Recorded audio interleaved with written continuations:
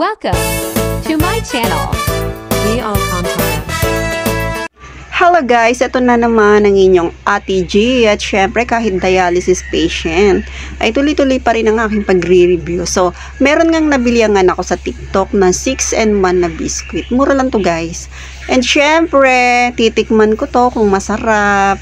Bali, titikman ko to isa-isa and subaybayan nyo guys. At eto na at ipapakita ko sa inyo yung mga laman nito. Bali, 6-in-1 nga pala to. Sa TikTok nga pala to nabili ng anak ko. Kung gusto nyong bumili nito guys, sa TikTok marami nagtitinda nito.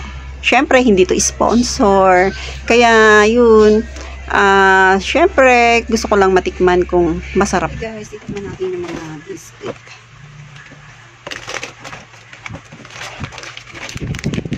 Yung gandang biscuit. Taste natin kung masarap. Passion taste. Kasama ko din sa 6-in-1 na biscuit na nabili ng anak ko. Pretzel siya. Tapos may stick.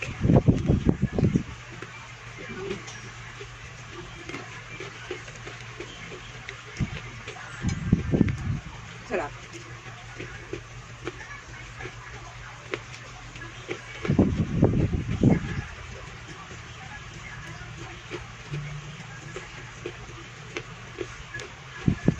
Ano man naman?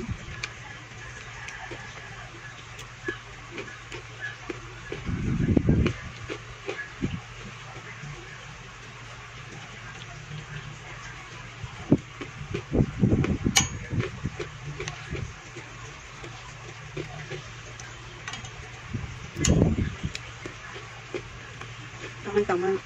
Gutom na ako, merienda tayo.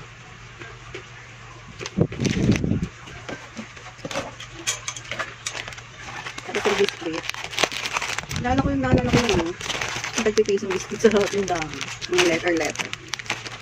Ito naman, babaon ko ito guys.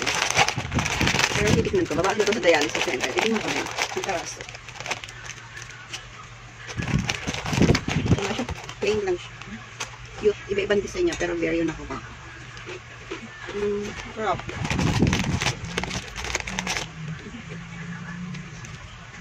Kakalibang pa rin yun.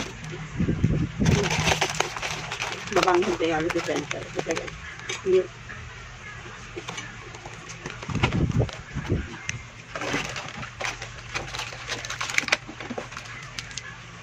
Tapos may ganito. Parang maliit version siya nito. Hindi ko na ito bubuksan kasi kaparehan din ito.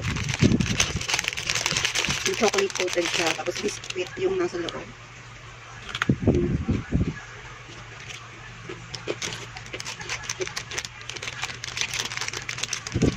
Yes.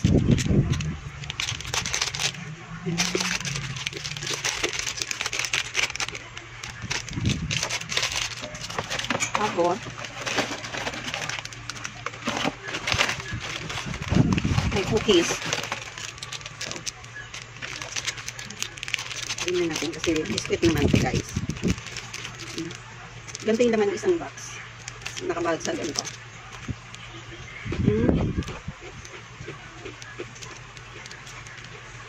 Cookies na. Butter cookies. Sarap. Ano siya?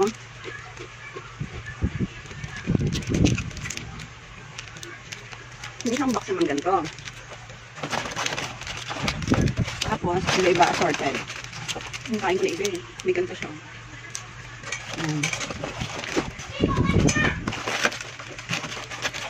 Ganito.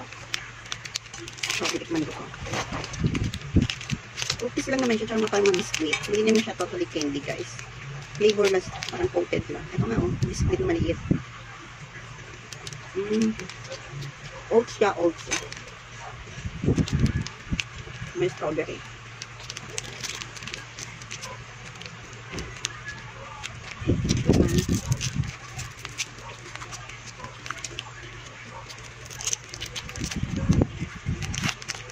Parang siyang ano, alam niyo yung parang pillows, gano'n.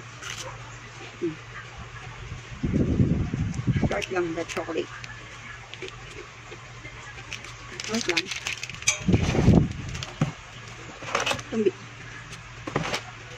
naman. Yung biscuit, babaunin ko yun.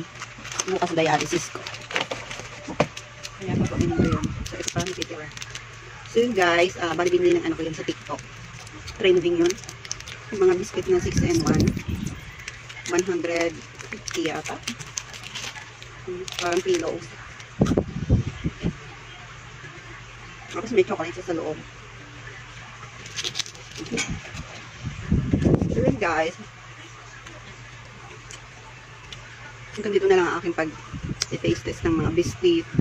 Salamat sa pag-subscribe sa aking channel. And lagi nyo pa subaybayan ang aking mga vlogs. Bye, ingat po tayo.